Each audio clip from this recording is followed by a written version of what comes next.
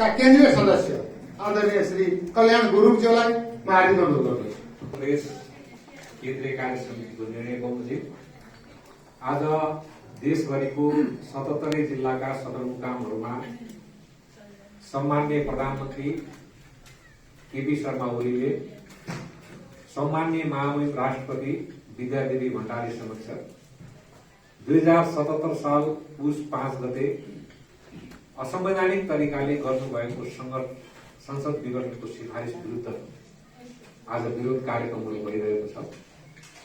यसै सिलसिलामा रोल्पामा आयोजित यस विरोध कार्यक्रमका सभापति अमर सिंह कुञ्जु,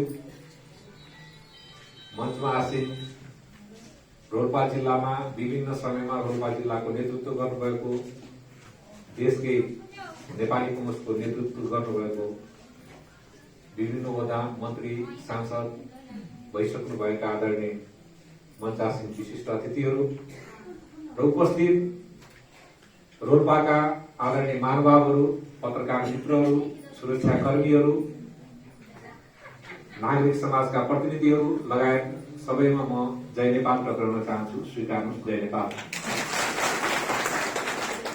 मूलतः 2077 साल पुस 5 गते सम्माननीय प्रधानमन्त्री केपी शर्मा ओलीले महामहिम राष्ट्रपति विद्यादेवी भण्डारी समक्ष संसद विघटनको सिफारिस गर्नुभयो। त्यो संसद विघटनको सिफारिसपछि सर्वोच्च अदालतमा मुद्दाहरू दर्ता भए, राजनीतिक दलहरू सड़कमा आए। हामी मात्रै सड़कमा आएका छैनौं, नेकपा भित्रकै एउटा समूह पनि सड़कमा आएको छ, जनता समाजवादी पार्टी पनि सड़कमा आएको छ। केवल राजनीतिक दलहरू मात्रै सड़कमा आएका छैनन्, नागरिक समाजका प्रतिनिधिहरू पनि सड़कमा आएका छन्, पेशागत बुद्धिजीवी वर्गहरू पनि सड़कमा आउनु भएको छ। यसले के देखाउँछ भने नेपालको वर्तमान संविधानले प्रधानमन्त्रीलाई दिँदै नदिएको अधिकार धारा 76 को उपधारा 7 लाई अतिक्रमण गरेर प्रधानमन्त्रीले असंवैधानिक कदम चालिसकेपछि संविधान डिरेल भएको, संविधानमा बाटो बिराएको स्थिति सिर्जना भएको छ। त्यसैले संविधानलाई ट्र्याकमा लिएर आउन, संविधानलाई मूल बाटोमा लिएर आउनको निम्ति सुधारको आवश्यक छ।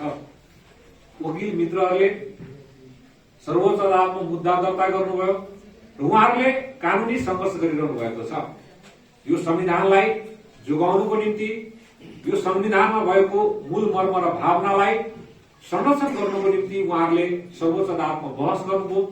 त्यो बहस पनि एक किसिमको कानूनी संघर्ष हो, संघर्षकै पाठ हो। हामी राजनीतिक दलहरू, नेपाली कांग्रेसका आज सम्पूर्ण 77 जिल्लाका साथीहरू आज सड़कमा हुनुहुन्छ, मैदानमा हुनुहुन्छ र हरेक सदरमुकाममा असंवैधानिक कदमको विरुद्धमा नारा जुलुस गर्दै आज सदरमुकाममा प्रदर्शनहरू गरिरहनु भएको छ। यो पनि एउटा संघर्षको अर्को चरण हो। अन्य राजनीतिक दलहरूले आमसभाहरू गरिरहनु भएको छ, त्यो पनि संघर्षको चरणै हो। नागरिक समाजहरूले लेखेर, पत्र पत्रिकामा आर्टिकल लेखेर, समाचार लेखेर संचार जगतहरूले प्रदर्शन गरिरहनु भएको छ। वकिलहरूले, डाक्टरहरूले, इन्जिनियरहरूले, प्राध्यापकहरूले प्रदर्शन गरिरहनु भएको छ। त्यो पनि एउटा संघर्षकै चरण हो। आखिर यो संघर्षको चरणमा आउन हामीलाई किन बाध्य भयो? के हामी रहरले आएका हौं?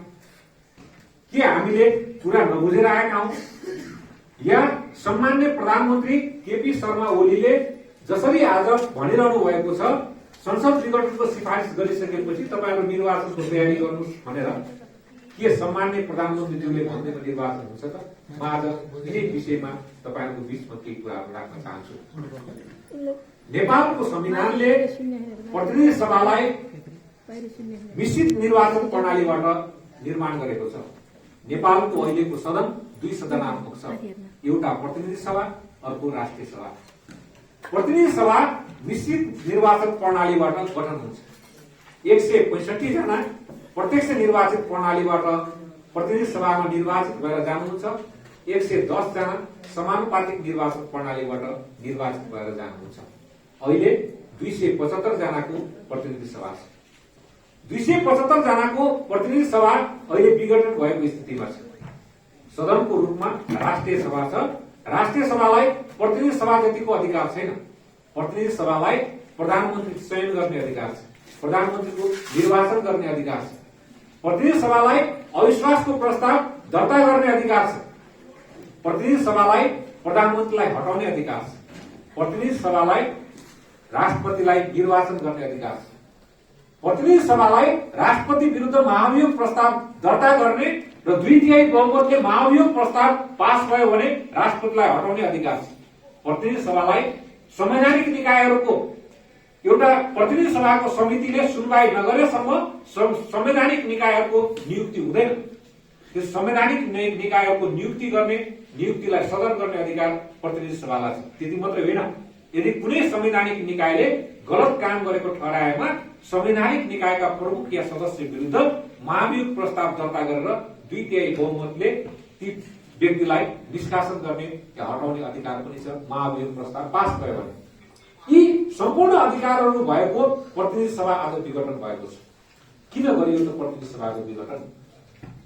हामीले अहिलेको वर्तमान संविधानले कार्यपालिका, व्यवस्थापिका र न्यायपालिका बीच शक्ति पृथकीकरण र शक्ति सन्तुलनको आधारमा राज्य व्यवस्थाहरू सञ्चालन हुनुपर्छ भन्ने मान्यताको आधारले संविधान निर्माण भएको छ। संविधानले शक्ति पृथकीकरण मात्रै भनेको छैन, शक्ति सन्तुलन पनि भनेको छ। के हो त शक्ति पृथकीकरण र के हो त शक्ति सन्तुलन? शक्ति पृथकीकरण भनेको के हो भने आफ्नो आफ्नो निकायको आफ्नो आफ्नै अधिकारहरू छन्, आफ्नै आफ्नै शक्ति छन्, शक्ति अलग अलग छ, तर ती अलग अलग शक्ति बीचहरूको बीचमा शक्ति सन्तुलन पनि हुनुपर्छ। यदि अलग शक्तिहरूको बीचमा शक्ति सन्तुलन भएन भने राज्य व्यवस्थामा सुशासन कायम हुन सक्दैन, संविधान निरन्तर रूपले अगाडि बढ्न सक्दैन भनेर अहिलेको संविधानले व्यवस्थापिका, कार्यपालिका र न्यायपालिका बीचमा शक्ति पृथकीकरण र शक्ति सन्तुलनको सिद्धान्तलाई कायम गरेको छ। संसदले कानून निर्माण गर्न सक्छ। संसदले 2/3 बहुमत भयो भने संविधानको धारामा संशोधन गर्न पाउँछ। संसदले प्रधानमन्त्रीलाई निर्वाचित गर्न सक्छ, राष्ट्रपति उपराष्ट्रपतिलाई निर्वाचित गर्न सक्छ। संसदले संवैधानिक आयोगका संवैधानिक निकायका प्रमुख र तिनका सदस्यहरूलाई सिफारिस संसदीय समितिबाट अनुमोदन गर्न सक्छ र हटाउन सक्छ। प्रतिनिधि सभामा त्यो अधिकार हुन सक्छ, त्यो अधिकार छ। प्रतिनिधि सभालाई कानून बनाउने अधिकार छ, तर कानून कार्यान्वयन गर्ने अधिकार छैन। कानून कार्यान्वयन गर्ने अधिकार कार्यपालिकालाई हुन्छ, मन्त्री परिषदलाई हुन्छ, सरकारलाई हुन्छ। सरकारलाई कानून कार्यान्वयन गर्ने अधिकार हुन्छ, तर कानून बनाउने अधिकार हुँदैन। सरकारले कानून कार्यान्वयन गर्न पाउँछ, तर कानून कार्यान्वयन गर्दै गर्दै यदि कसैले गल्ती गर्यो भने त्यो गल्ती दिने सजायको हदम्याद दिने या उसलाई थुनामा राख्ने कि नराख्ने, कति हदसम्म थुनामा राख्ने, कति जरिवाना गर्ने, कतिसम्मको सजाय दिने भन्ने कुरा सरकारले गर्न पाउँदैन। त्यो न्यायपालिकाले गर्न पाउँछ, अदालतले गर्न पाउँछ। सरकारले यो चाहे म यो व्यक्तिलाई यति वर्ष जेल राख्छु भनेर पाउँदैन। न्यायपालिकाले निर्णय गर्नुपर्छ यो व्यक्तिलाई कति वर्ष सजाय दिने, यदि कति वर्ष दण्डित गर्ने भनेर न्यायपालिकाले निर्णय गर्नुपर्छ। त्यसैले कार्यपालिकालाई विधि निर्माण गर्ने अधिकार छ, व्यवस्थापिकालाई विधि निर्माण गर्ने अधिकार छ, कार्यपालिकालाई विधि कार्यान्वयन गर्ने अधिकार छ। त्यो विधि कार्यान्वयन गर्ने क्रममा कसैलाई दण्डित या कसैलाई के छ भने कुनै विधिहरू गलत भएको छ, जस्तै कार्यपालिकाले कुनै कामहरू गर्दै जाँदाखेरि गलत काम भयो, असंवैधानिक काम भयो, अवैधानिक कामहरू भयो भने त्यसलाई निर्क्युल गर्ने, त्यसको व्याख्या गर्ने, त्यसको निरूपण गर्ने, त्यसमा निर्णय दिने अधिकार अदालतलाई हुन्छ, सरकारलाई हुँदैन, व्यवस्थापिका या संसदलाई हुँदैन। यो शक्ति पृथकीकरण तीनवटा अङ्ग व्यवस्थापिका, कार्यपालिका र न्यायपालिका, यो तीनवटा अङ्गको आफ्नै आफ्नै महत्त्वपूर्ण अधिकारहरू छन् र ती अधिकार क्षेत्रहरूभित्र सन्तुलन पनि भएको कारणले शक्ति पृथकीकरण र शक्ति सन्तुलनको आधारमा यो संविधान निर्माण भएको हो, जसले सुशासन कायम दिन्छ भन्ने मान्यता राखिन्छ। आज कार्यपालिका छ, सरकार छ, न्यायपालिका छ, तर व्यवस्थापिकाको प्रमुख मानिने प्रतिनिधि सभा छैन। तीनवटा खुट्टा भएको उदानमा एउटा खुट्टा भएन भने के हुन्छ? त्यो उदानले काम गर्छ? गर्दैन। त्यस्तै आज व्यवस्थापिका संसद प्रतिनिधि सभा छैन, प्रतिनिधि सभा विघटन भएको छ। त्यो विघटन कुनै संवैधानिक तरिकाले भएको छैन। 2047 सालको संविधानमा त्यो प्रधानमन्त्रीलाई संसद विघटन गर्ने अधिकार थियो, जुन प्रधानमन्त्रीले संसदमा विश्वासको मत हासिल गरेको हुन्थ्यो या बहुमत हुन्थ्यो। गिरिजाप्रसाद कोइरालाले संसद विघटन गर्नु हो। गिरिजाप्रसाद कोइरालाले संसद विघटन गर्दा गिरिजाप्रसाद कोइरालाले संसदमा विश्वासको मत प्राप्त गरिसक्नु भएको थियो। मनमोहन अधिकारीले प्रधानमन्त्री भएको बखतमा संसद विघटन गर्नुभयो। मनमोहन अधिकारी संसदमा रहेको सबैभन्दा ठूलो दलको नेताको हैसियतले प्रधानमन्त्री हुनुभएको थियो, तर उहाँले संसदको विश्वासको मत प्राप्त गरिसक्नु भएको थिएन। त्यसैले उहाँले गर्नुभएको संसद विघटनलाई सर्वोच्च अदालतले बदर गरिदिएको थियो। शेरबहादुर देउवाले संसद विघटन गर्नुभयो। शेरबहादुर देउवा संसदमा विश्वासको मत हासिल गरेको प्रधानमन्त्री हुनुहुन्थ्यो। उहाँले गर्नुभएको संसद विघटनलाई सर्वोच्च अदालतले सदर गरिदियो। तर अहिलेको संविधानले के व्यवस्था गरेको छ? अहिलेको संविधानले कस्तो प्रधानमन्त्रीलाई संसद विघटन गर्ने अधिकार दिएको छ र कस्तो प्रधानमन्त्रीलाई संसद विघटन गर्ने अधिकार दिएको छैन। हामी किन विरुद्धमा छौं, म त्यो विषयमा भन्न चाहन्छु। नेपालको संविधानको धारा 76 को धारा 1 ले के भन्छ भने सदनमा रहेको बहुमत प्राप्त दलको नेता, संसदीय दलको नेता प्रधानमन्त्री नियुक्त हुनेछ भनेर भनेको छ।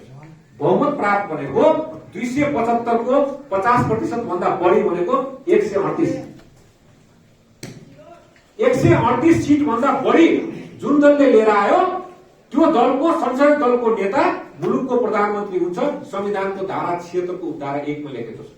अहिले दुईटै नेकपालाई जोड्दाखेरि 173 छ। 173 भएको कारणले धारा 76 को धारा 1 अन्तर्गत वर्तमान प्रधानमन्त्रीको दलले 138 भन्दा बढी सीट लिएर आयो।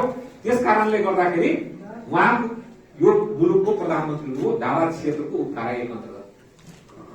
यदि कुनै दलले बहुमत ल्याउन सकेन भने के हुने?